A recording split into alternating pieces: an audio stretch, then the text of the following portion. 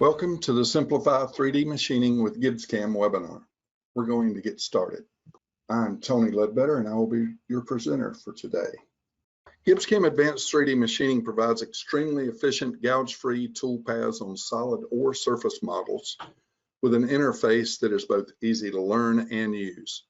Unlike competitive products, constraint surfaces do not have to be selected, as all unselected areas of the solid model are automatically treated as constraints. Likewise, rarely is geometry ever needed to constrain toolpaths, as advanced 3D machining offers 6 different boundary types combined with 3 different boundary styles. GibbsCAM Advanced 3D Machining consists of 4 major process groups: Advanced 3D Machining, Surface Machining, Plunge Roughing, and Rotary Roughing.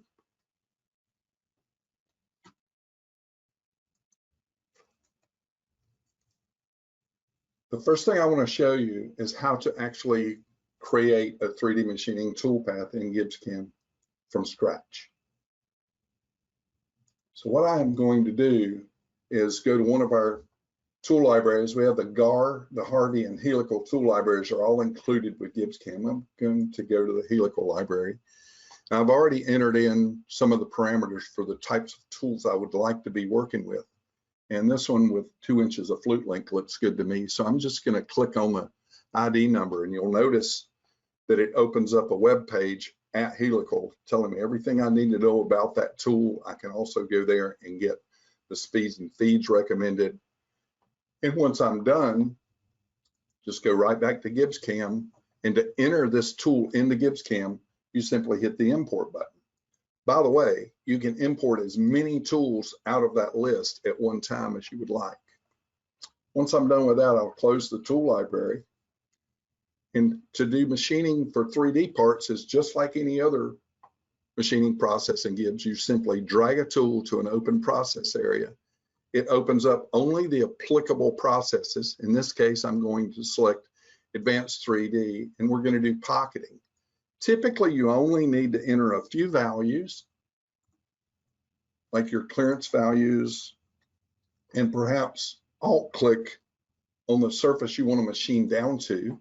At that point, I can usually just hit Restore Defaults, and the system will select proper parameters for machining this part. Then I can hit the Do It button on that process, or this Do It button, or I can right mouse click anywhere on the screen and hit Do It.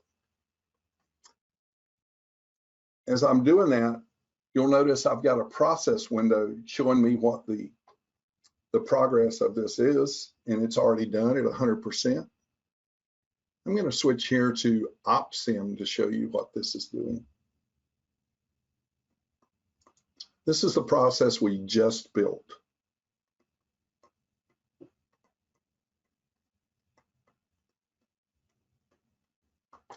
Now I want to show you a few different styles of the first type of process we're doing. There are 14 different processes in advanced 3D machining. There are 6 in surface machining, and then we've also got plunge roughing and rotary rough. So in pocketing, on this particular example, we are using the default of helical ramping. If I show you what the rendering is doing on that, just rewind here. You will notice that it makes helical moves into each area instead of plunging into the material. This is very handy, especially if the part's nested way down inside the vise and you don't want to, violate surrounding fixtures. So this is helical ramping. This next process is the exact same things, except under advanced settings, it's changed to profile ramping. And you will notice on this one,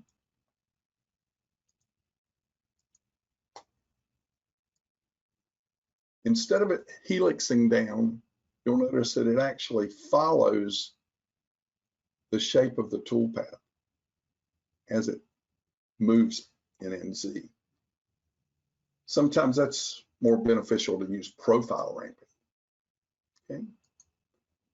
And then finally, Wanted to show you this. It's one little button in Gibbs called automatic core detection. When we do that, if you look at a top view, you will notice that the toolpath is not starting on top of the part at all, but it's actually entering outside the stock at typically a 45-degree angle, and then it radiuses into the cut. And this happens on every single cut. It's starting outside the material instead of above it. I'll show you the rendering for that. So you'll notice it's never plunging on top of material at all. And that's all from that one simple switch, auto core detection.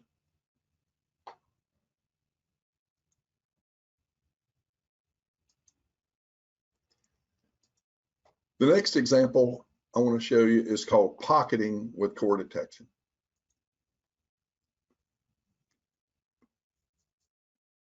For this example, I am using a slightly different part, and there's a reason for that. Pocketing with core detection is really designed for machining what I call thin wall parts. It's where you've got a very tall wall that's very thin, and if you were to try to rough that entire part all the way down and then finish it, your finish cut would typically either pull the wall into the part or push it away from the tool, and you just wouldn't get a good part at all. But what this does, actually, let me clarify that a little bit. What this does is it actually lets you do a primary Z step, and then you can do wall cleanup control and tell it how many different offsets you want to use. You've got a rough step over and a cleanup step over. So if you look at how it goes about doing this,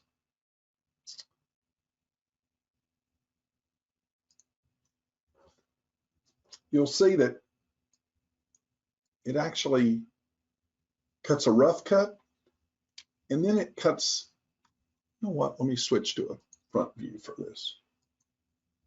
You'll notice it does one major rough cut, and then after it does that rough cut, it goes back and finishes down to that Z level, so that you're never going to have to finish the part while it's not already being supported by the rest of the part in the stock below it. So anytime you're cutting thin wall parts, my recommendation is use pocketing with core detection.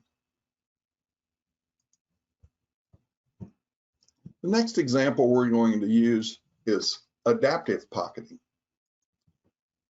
In adaptive pocketing, and in this case, we're going to go back to the part we were using previously. Adaptive pocketing looks very much like a volume mill toolpath, but it really isn't exactly the same. It does use circular motion to remove material, but I've actually got GibbsCAM set up here now for feed rate toolpath mode. So all of the cuts that you see in a magenta color are at a moderate feed rate, and all that you see in red are the rapid moves. So you'll notice everything is at the same feed rate. Let me show you this one real quick. So this is adaptive, and the toolpaths do look very similar. Let me slow it down just a little bit for you. The toolpaths do look very similar to a volume mill style path, but I want to show you there's two big differences.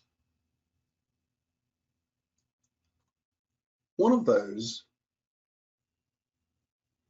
I'm going to switch now to the volume mill toolpath. And you'll notice with volume mill that the colors are constantly changing. Volume mill, when you create a volume mill roughing toolpath, you're using more of the flute first and then working your way back up the part. But as it goes into the material, it's always maintaining a constant chip load, which means your cutting tools are going to last longer, it's easier on your machine, and it improves cycle time. So let's look at this volume mill path now. You'll notice it also helixed to the very bottom first so it could use all the flute that it possibly could. And notice how this first depth of cut is much deeper than the first depth of cut we're using adaptive.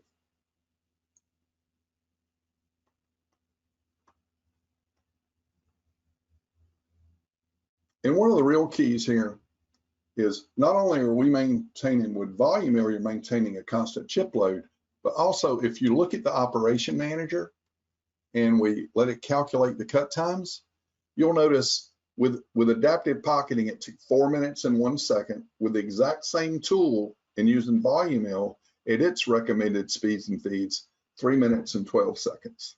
So adaptive pocketing is very similar to volume mill solids, but it's not exactly the same. In the next example,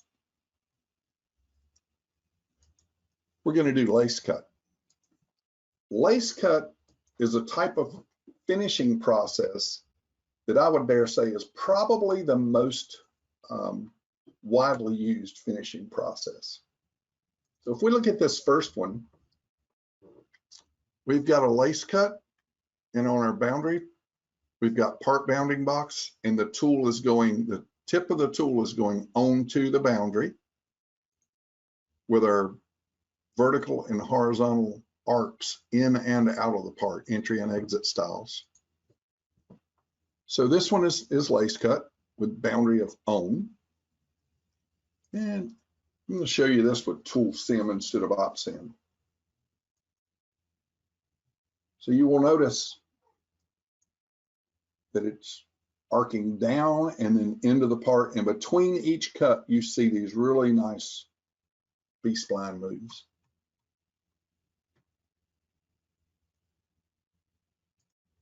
This next process, all we've done different here is told it on the boundary page, we told it to go to the boundary. So if you'll notice, the tip of the tool is now offset in by the radius of the tool. So that's where the toolpath's going. Again, just to make that clear for you, on the boundary page, actually, let me double click that one. On the boundary page, it's set to, not on. On this next operation we're doing, it's set to past.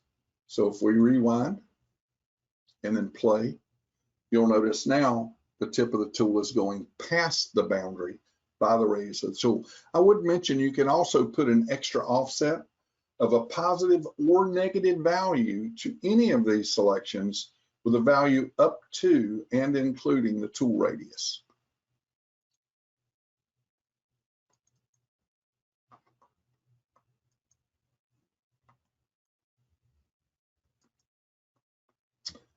What this operation is showing you is when we were doing that lace cutting previously, and if I just rewind to show you again, you'll notice the step over appears to be real wide here when you're on the vertical surfaces of the part. So that probably would leave a lot more material than you would like. What this next process does, if we look at our surfaces page under advanced settings, we're telling it to do cross machining with the same step over that we did the original lace cut. So what it does is it automatically machines only the areas where, because of the contact angle of the tool, you were leaving an excess amount of material. It automatically goes in and cleans all that up for you. Next one I want to show you is Radial. Radial lets you, on that advanced settings page, once you set it to Radial, you can give it a center point, a starting and ending angle, and a minimum and maximum radius, and it will constrain the toolpath and direct it by those values. That's Radial.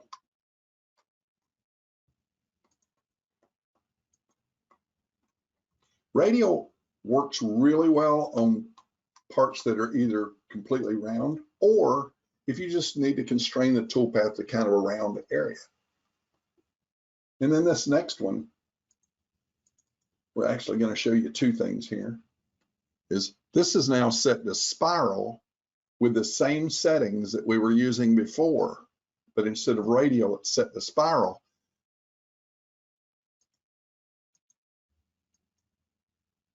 And you can see how it spirals from the outside in. You could also do inside out if you wanted to.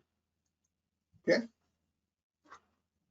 So that's your primary options for lace cutting. And as I said before, lace cutting is probably the most widely used finishing toolpath. In the next example, we're going to investigate Incur Flow machining.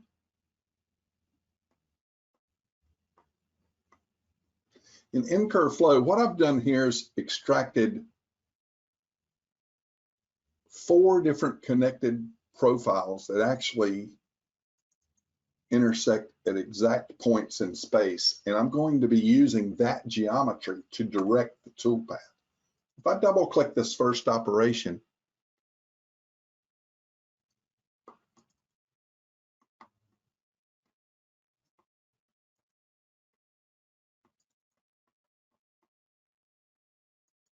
okay, what I'm showing here is actually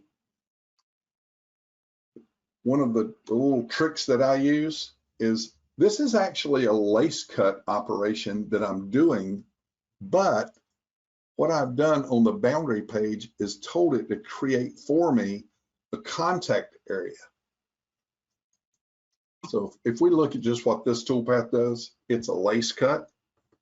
And if you'll notice, all the toolpaths kind of scrubbing back and forth. You're not going to get the exact surface finish on it because of that. But we're just using this to create a boundary of that lace cut toolpath. You'll notice now you see that boundary on a different layer, and I'm using this as Incur Flow cutting along the drive curves. So rather than it cutting back and forth, what this is doing, you can see how it's just following around that shape. And by the way, when it transitions from one cut to the next, it uses the connect move you specify, either smooth or shortest. So you'll notice here, it actually kind of arcs off of one toolpath, takes an angle, and then arcs on to the next toolpath. If you were to do that as smooth or as shortest, just want to show you the difference here.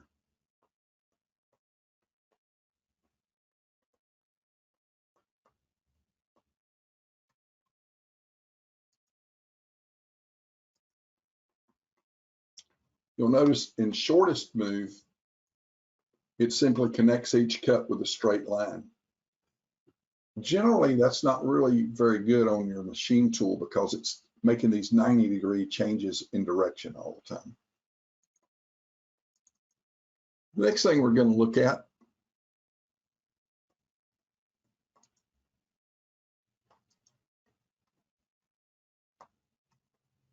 this is Incur Flow, but what we've done is we've selected this curve that you see in green. Go to a top view, you might see that a little better. We're taking the toolpath and flowing between this curve and this curve. Those are specified under drive curves.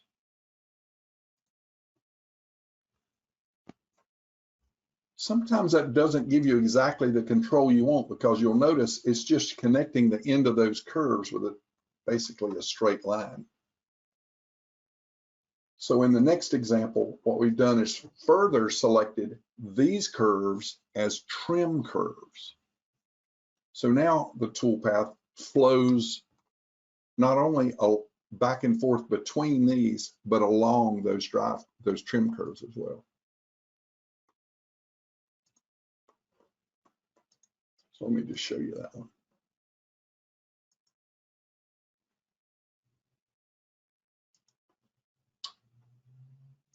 Notice from a top view how it's just really nicely just went back and forth between the drive curves, but yet it trimmed it with the trim curves.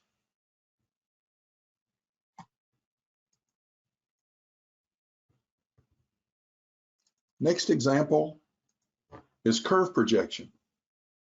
Now, curve projection can be used for a lot of different things. But as a general rule, I would say it's used most often for engraving on 3D surfaces. If we look at this first example, we're just cutting without any type of offset. So it's simply following this geometry that, by the way, was created from the Moore Park font that ships with GibbsCAM. It's a really simple font with lines and arcs, which does great for engraving.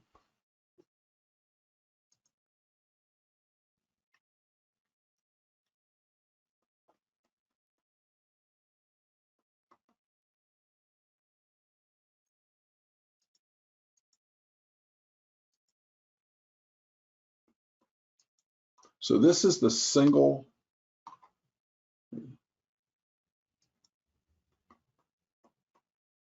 This is just single line font.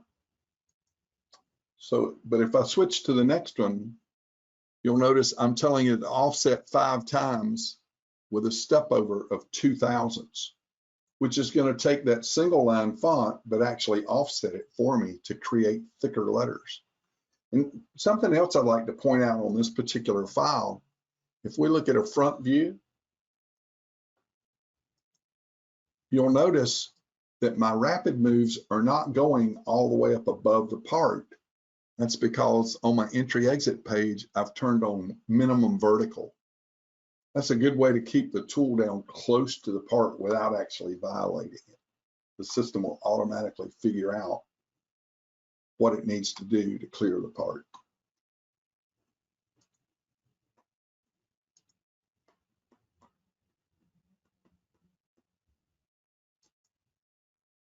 So if you'll notice on this one, it offsets 5 times to the outside and 5 times to the inside to give us a much wider, thicker letter, even though the geometry we are using is just single line font. That's curve projection. And like I said, it can be used for other things, but primarily most users use it for engraving. Contouring. In GibbsCAM Advanced 3D Machining, contour process is similar to what others might refer to as constant Z-level finishing. If I show you this one here, we've got our parameters set with a 25,000 Z step, and we're just doing a constant step down of 25 thousandths. But I have additionally specified with hit flats, I alt-clicked this flat area as well as this flat area, so that it would make sure that even if it wasn't evenly divisible by 25 thousandths, it would take a pass at those Z levels. So let's take a look at that real quick. This is constant, this is contour cutting with a constant Z level. You'll notice by doing constant Z level, your step overs appear to be very wide here where the part's nearly flat. The next example is going to still be constant, but instead of doing, you can see these smooth step overs like we referred to earlier. In this next example, instead of doing smooth or depth first, we're going to do a helical sorting style. So what helical does, you'll notice you don't see that step over now because it's truly doing a helical move all the way around that part. Next example is instead of doing a constant Z step, we're going to do an adaptive. That's on your options page. We're going to do adaptive, and this is where you can specify minimum step downs with precision and also a maximum profile difference.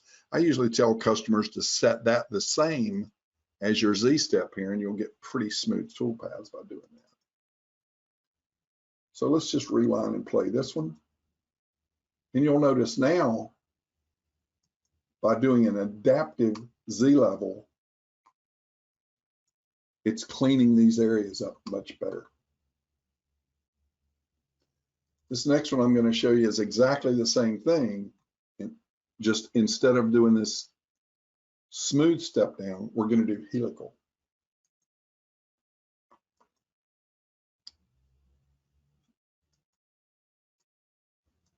You don't see that transition because it's a true helical move around the part. Our next example is going to be constant step over. Constant step over can be a very powerful finishing toolpath. Basically, if you select the entire part and your boundary is set to part bounding box on, this is the result you will get. It literally, it doesn't like project a toolpath. It unwraps these surfaces, creates a toolpath, and then rewraps that toolpath. Not projected, but wrapped. So you'll see no matter how flat or how vertical a wall may be, or anything in between, your step over amount in 3D space is exactly the same. What does that mean? Your surface finish would be exactly the same everywhere you've got selected. One more thing I want to show you in this file is, although I'm showing you this in constant step over, this applies to all other advanced 3D machining toolpaths. Matter of fact, pretty much all GibbsCAM toolpaths. You can set a top Z level of cut and a bottom Z level of cut. And when you do so, you're actually restricting the toolpath by Z values. Not having to slice the model or anything like that. You just restrict the toolpath by what you allow it to do in Z. So let's look at this one real quick.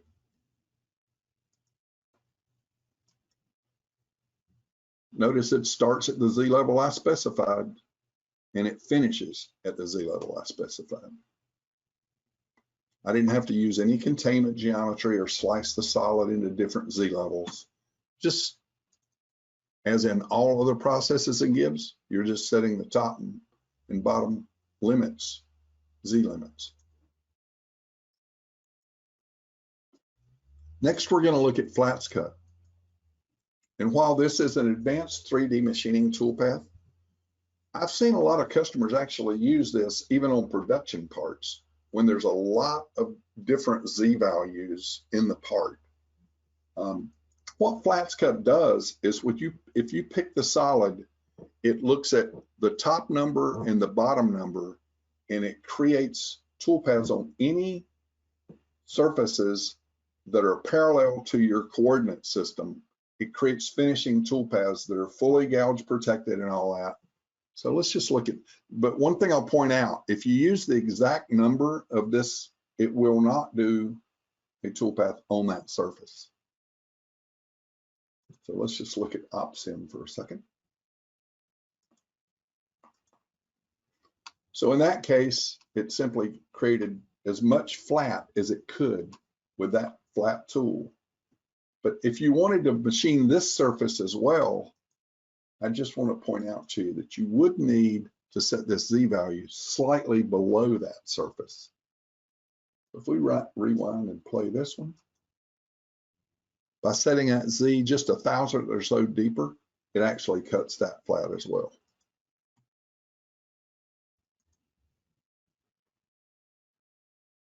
Flats cut's a really powerful tool. Now we're going to look at a couple that are pretty similar, but they're actually different. Intersections and intersections rest. Intersections is typically done with ball nose end mills. And what it does is it takes the diameter of the tool you're using, in this case, a 1/2 inch end mill, in any areas of this part that have curvature, have internal radii, where the curvature is the size of the tool or smaller, it will create what many refer to as pencil trace cutting. So we'll show you how this works.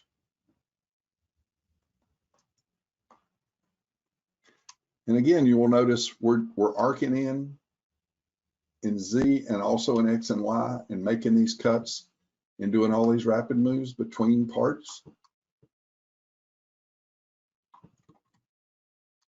That's intersections.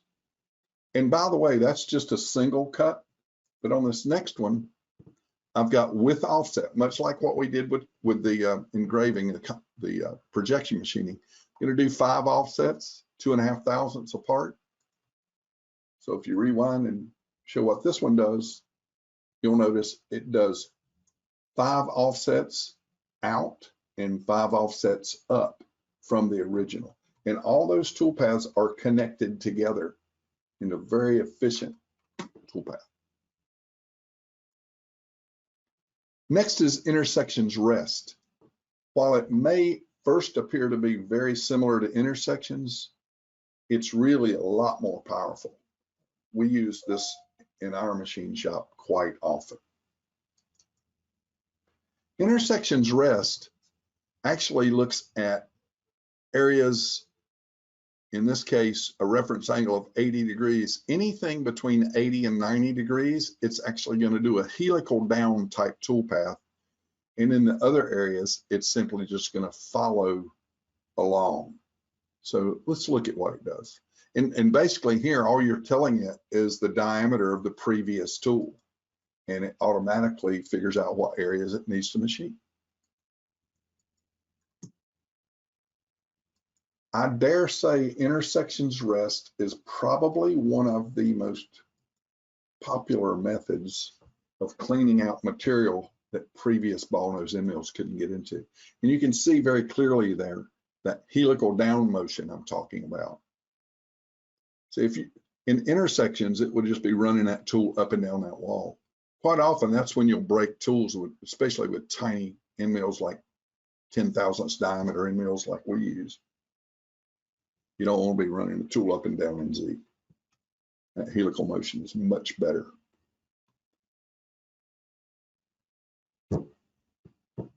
Okay, so that's intersections rest. Next thing we're going to look at is steep shallow cut. And I would dare say that most mold shops that cut very large molds, like the size of these giant TV screens or the back of a UPS truck, something like that, they use this style of toolpath for finishing. It's called steep shallow cut. And in this case, we're looking at anything between 0 to 30 degrees, we're treating as a shallow area, and anything that's steeper than that, we treat it as a steep area. So we're going to do a Z step and a step over of the same, but what you'll notice is it actually like does, you remember when we did the contour, which was like planar Z finishing? This combines that with constant step over in the flat areas. So basically you're doing Z level contouring in these areas, and you're doing constant step over in the flat areas, and it ties it all together. It makes a really nice toolpath. Calculation time on this one is a little bit longer than it is on the other.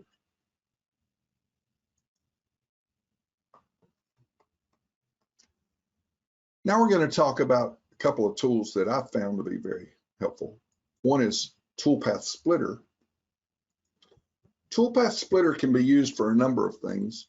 Like for instance, let's say you're machining a part and there's an awful lot of machining to be done in it, and you know the tool just isn't going to hold up. Well, in that case, you could define multiple tools that are identical, and when you do your first machining process, in this case we're doing pocketing all the way down here, and then these other processes, all they have is Toolpath Splitter. So since this is pocketing, I just want to show you what it's doing. Let me rewind that. It's going to cut the first Z level with tool number 1, and then switch over to tool 2, and then tool 3, and then tool 4. The thing that's kind of amazing to me is how close the cycle times are on these. If I go to my operation manager and tell it to calculate the times, you'll notice a minute 48, a minute 46, a minute 41, and a minute 49. You might ask, well, why is that a little different? It's because Toolpath Splitter will always, in this case, finish one Z level with one tool before it switches to the next one. So the cycle times will vary a little bit, but as you noticed, it doesn't very much. So that's one application, is with pocketing. I have another application I want to show you for Toolpath Splitter.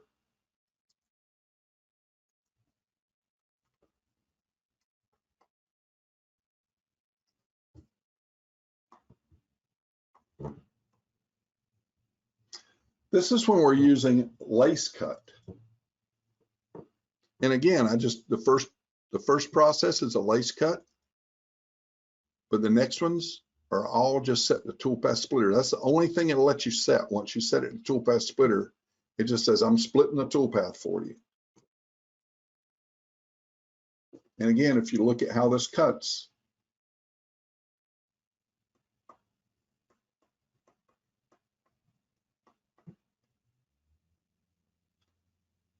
and as in pocketing it completed at Z level, when you're doing lace cutting like this, it'll make sure that it stops to change tools on the edge of the part, not over the middle of a cut. And again, if you wanted to see the toolpath differences, 439, 441, 440, and 435. Very similar to cycle times. This is also handy if you've got a machine that has a limited amount of memory. You could do this and post the code for different operations so you could break your file up automatically, not have to do that in an editor. Next example, and actually this is the last example of advanced 3D machining processes, is tool holder gouge checker. What tool holder gouge checker does is, in this particular case, this first tool, you'll see I've only got sticking out about 400 thousandths. The next tool, 800. The next tool, 1.2. And the next tool, 1.6. So what tool holder gouge checker does, similar to what we were doing with the Toolpath Splitter, is it's automatically moving the toolpath away from the part when it sees that the holder is going to hit. And then the subsequent processes will come in and only cut what's remaining without cutting any air. You'll notice each tool just gets closer and closer to the part. That's tool holder gouge checker. That's all of the advanced 3D machining processes. Now we're going to look at some of the surface machining processes from SolidSurfacer.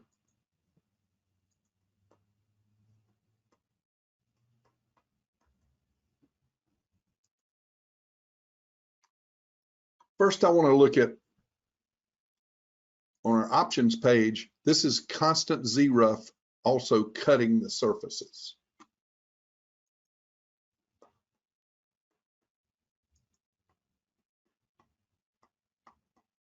So even though lace cutting is thought of as a roughing tool, as a finishing toolpath, you can do roughing with it in surface machining by just going to the options page.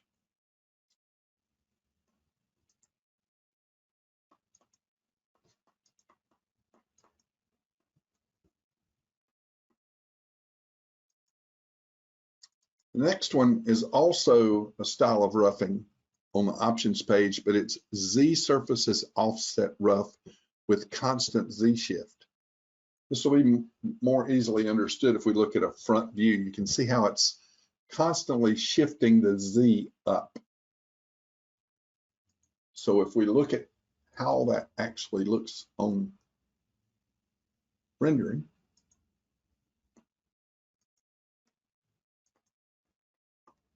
you can see how it just took the final toolpath and just kind of shifted it up.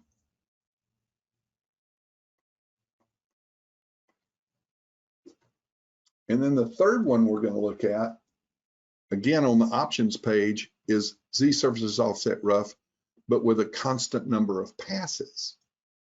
And if you look at this one from a front view, you'll notice it's not really doing it the same.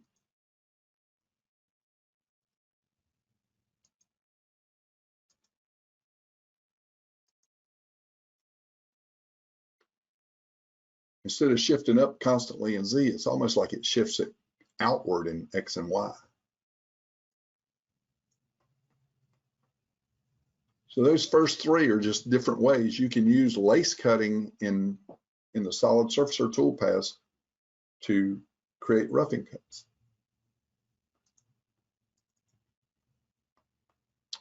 This is a lace cut where I'm just doing a finishing, one finish pass with all surfaces. Again, that's on the option page. One finish pass, all surfaces. And for this one, I'm actually going to switch from OpSim back to ToolSim.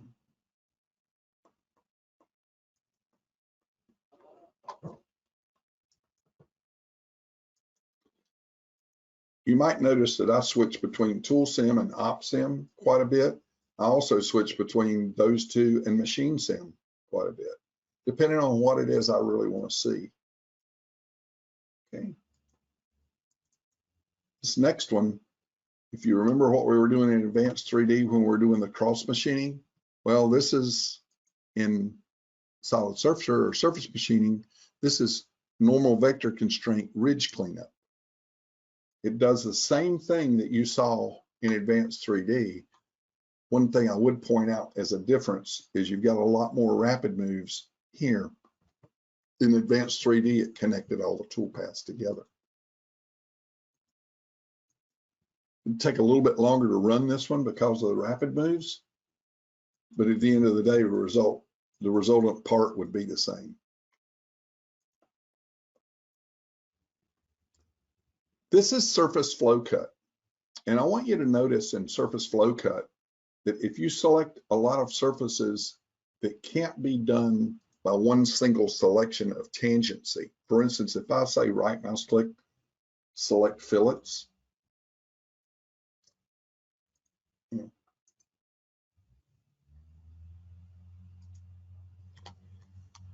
it knows that the endpoints of these fillets are the same. I can control pick another set of them. Those are the same. In other words, the endpoints of those faces match up with each other. So if I just redid that toolpath just like it is right now, it actually creates two smooth toolpaths, but I didn't cut those areas. But watch this. If I select those as well and redo it, it now breaks every one of them into individual toolpaths.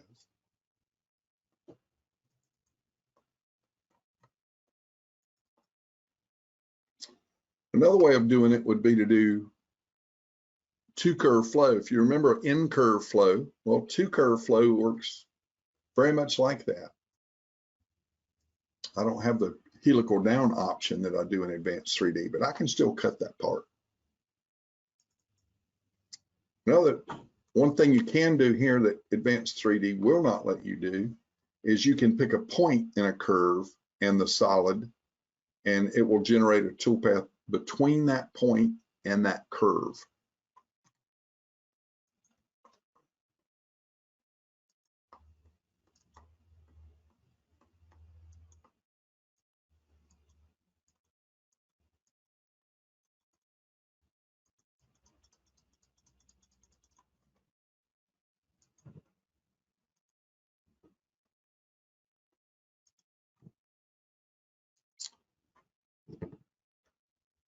We mentioned there were four major process groups: Advanced 3D machining, surface machining, which we just looked at, and the last two are Plunge Rough and Rotary Rough.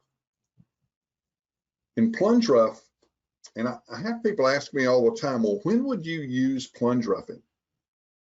As a general rule, most machine tool guys tell me that if the cuts that you're making are at least 5 times in depth what the diameter of the tool is, it might be a good idea to plunge rough the part. So if you look at this particular process here, we're doing a linear tool path of a core. And one of the things I'd point out to you is if your tool is not center cutting, you need to use uphill as your pattern, because you can't cut downhill with a tool that's non-center cutting. And both the zigzag and one way would be downhill cutting at some point. So let's just look at what this does.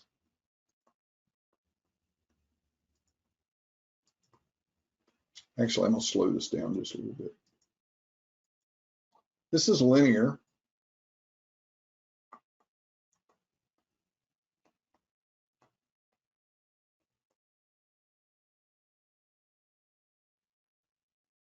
And you get to specify a step over and a step forward amount. And basically this is like a whole bunch of drilling cycles that you're doing to rough out material. Another option I want to show you for plunge is you can do circular. And in this case, I'm specifying a radius bigger than the part. But because I shouldn't close that, because I also have use stock turned on, even though the radius I'm specifying is bigger than the part, use stock will automatically trim it to the stock size. So let's just see what this does. This is circular. And again, you'll notice I'm only doing uphill cutting. I'm not letting that tool cut in a downhill fashion, because if non-center cutting, that would be a problem. Well, that's all we have.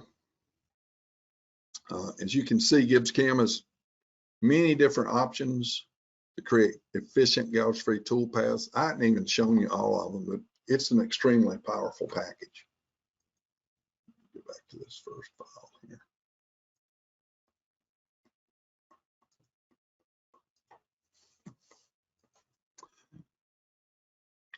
We are going to take some questions. Bart Ellers is going to join me, and he's been keeping an eye on the questions that's been coming in. If you have any questions now, you can just type them into the question box, and we'll do our best to answer as many of them as possible. Bart, what questions do we have? Hey, Tony. Thanks for bringing me in, and great job on showing the different capabilities of our advanced 3D machining. As usual, you did a really good job, so thanks. We do have a few questions, so I'm going to sort through them here. We got a couple, and I'll present them to you. The first one we have is, what tool types does advanced 3D machining support? Okay, but because advanced 3D machining toolpaths are designed specifically for cutting molds, it only supports flat bottom, bullnose tools, and ball nose tools. And it will always be gouge-free toolpaths.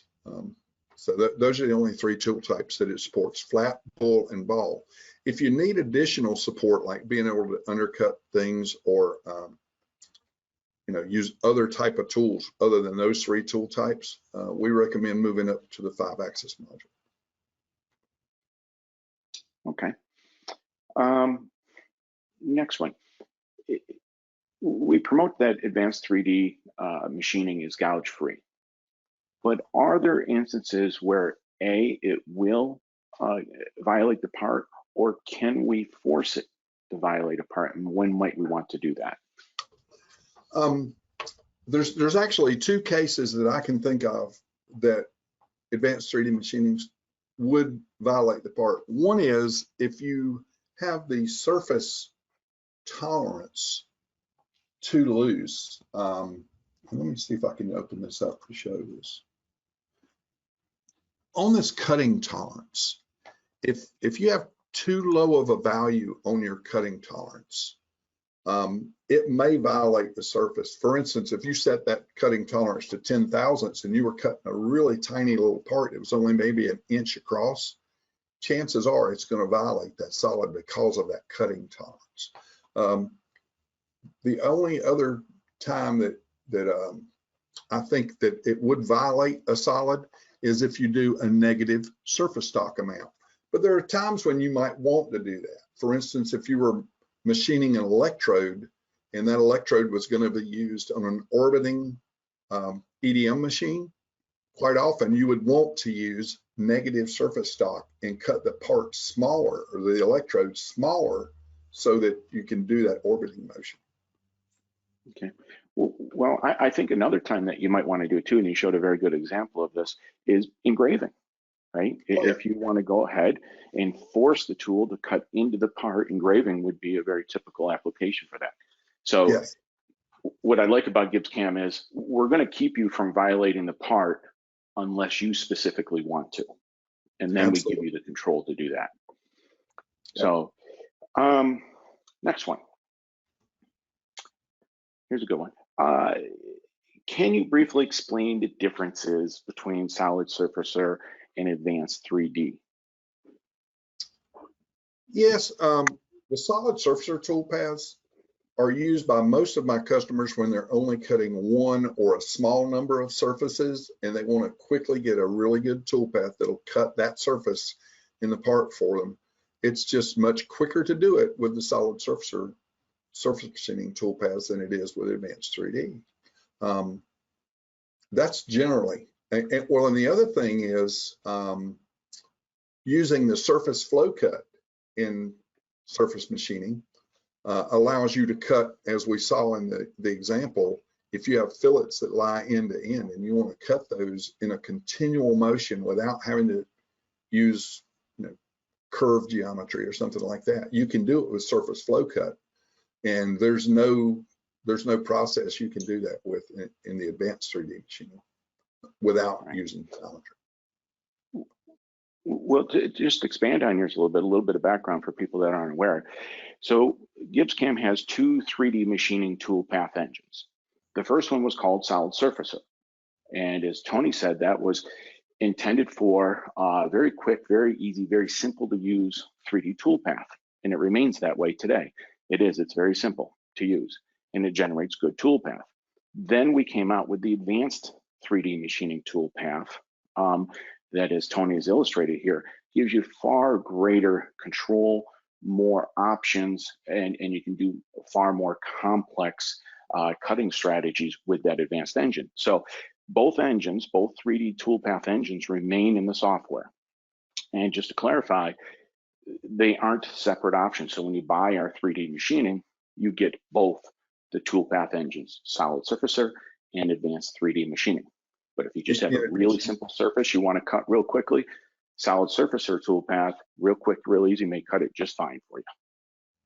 In addition to that you just mentioned, also Rotary Rough and Plunge Rough are two other processes that come when you purchase Advanced 3D machine. Yeah.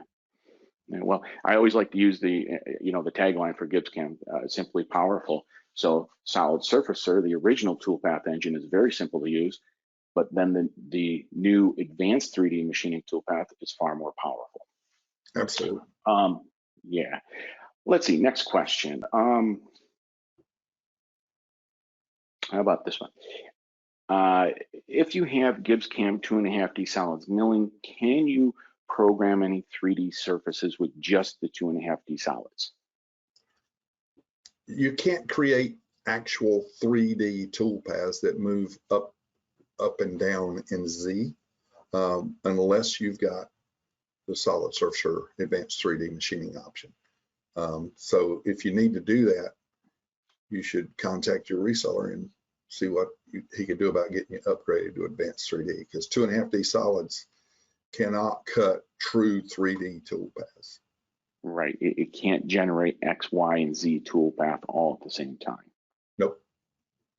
Okay, let's see, we got a couple more here. Actually, how about someone's asking if does 3D machining require any kind of a post upgrade or modification? As a general rule, no. If you have a post that's been running your machine doing contouring, pocketing, all the traditional GibbsCAM type of toolpaths, 2.5D toolpaths, generally I've never seen a post requirement to take advantage of all the things that Advanced 3D machining uses. Okay, we've got a couple more questions, but they're very similar to some questions that we've already answered and asked and answered. So I'm going to leave it there on the Q&A. Let me do one last check in the queue. Hold on for just a second.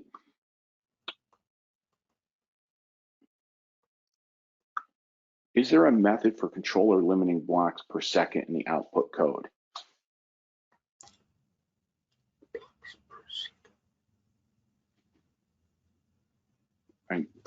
I'm not sure I'm not sure if I understand the question. Blocks per second. Yeah, i.e. Haas has 1 kilobits per second processing. I think this goes to kind of the look ahead capability. Okay. If you're specifically talking about Haas machines or Fanuc controls for that matter, I would point out that, for instance, on the Haas machine, there's a G187 code that's either G187 P1, P2, or P3 that controls the smoothness of Toolpath and how fast it runs on the machine. We had our Haas post modified so that we get a G187 P1 for all traditional roughing toolpaths, but we use a P2 for things like helical milling and things like that. And all 3D toolpaths and all 5-axis simultaneous toolpaths, we use a G187 P3, which is the smoothest. It may take a few minutes longer to run a program in P3, but you get a better looking part. So you can control that with a G187, and the Gibbs Post Department can make it where whatever you specify as the rules, they can make it switch back and forth based on the operation type.